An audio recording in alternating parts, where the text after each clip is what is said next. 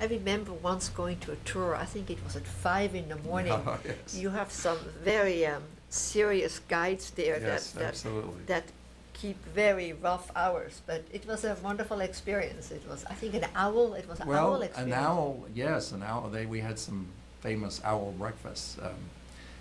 But we work with the Brookline Bird Club. We work with the Mass Audubon Society. Lots of groups bring tours through, and as you say, there are also Mount Auburn tours. So we try to make the property accessible to everyone within the limits of appropriateness, and we want everyone to enjoy this magnificent place. It's a birthright for all of us who live in this area. And, yeah. Particularly at this time of year with spring coming up, for goodness sakes, go to Mount Auburn and enjoy this great resource. Yeah, and I remember taking my children there when they were small, and there is so much to explore for children. You know, they might pick up a date that might remind them of something they learned in history.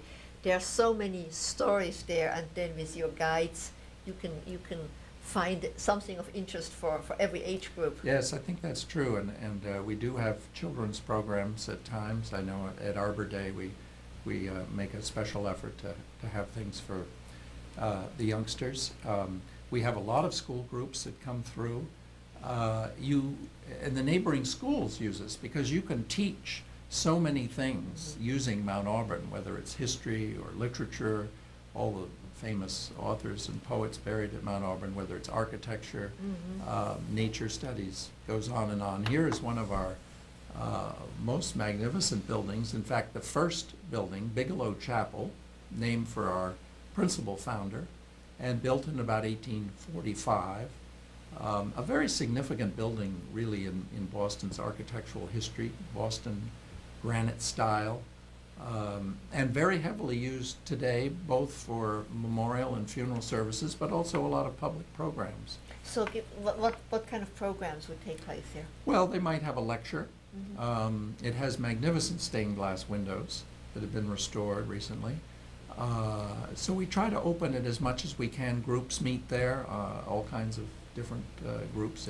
It has no pews, it has just chairs, so it's very easy to put everything aside, and it's a wonderful space, and it opens out on a beautiful garden, and of course surrounded by all these lovely trees. Yeah. Now this shot is some of our newest landscape, and it's a new burial site. We built this perimeter wall, which is in segments, and there are openings so that people inside can look out, and the people outside, as they drive by, can look in. Oh, you see that when you go on on Coolidge Avenue, between the Mount Auburn Cemetery and the City Cemetery, right. This was our attempt to use the edge of the cemetery and make it a beautiful place for burial. You can see there's a little fountain there, and this was just opened last fall. And if anyone is interested in either cremation or casket burial, this is one of our options. Now, with Earth Day coming up and Earth Day cleanup, the volunteers of the Charles River Conservancy, they clean up all along here, kind of what you call at the bottom of the Mount Auburn Cemetery. So I know.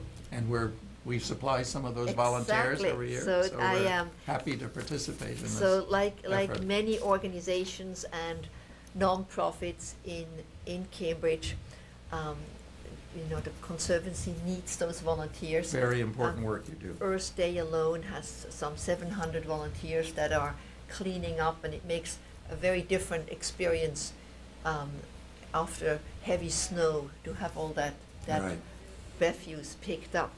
Now, this gives some information about your website and your phone number. And on this website also is information about the gate. There's this wonderful Egyptian revival gate, and that people can vote for to have it restored as part of a national grant. National Trust is teamed up with American is it Express, American yeah, Express? yeah. And are giving grants, and they've selected 25 historic sites around Massachusetts, and you have to vote.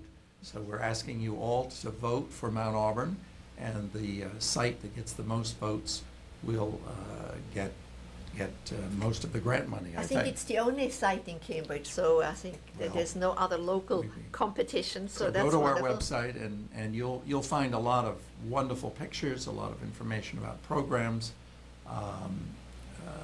and the business side, if that's of interest to you. And our experience is that every family should plan ahead, and that's one of the greatest gifts you can give your family, if you've planned ahead for your death and burial, and let them know what your wishes are. I also want to thank the Boston Foundation that makes these programs possible. Wonderful organization as well. Yes, and I want to thank you for coming here today, Bill. My pleasure. And in case you started in on this program late, or you would like to see it again, or see other programs of the Charles River Conservancy Parklands series, you can go to YouTube, where these shows can be viewed at leisure. And we are very fortunate to have your passion in this field that came from land conservation, landscape, history, to have all that flow into that and be the beneficiary of all that. Well, thank you. So I want to thank you very much. You're very welcome, and please go to Mount Auburn this spring.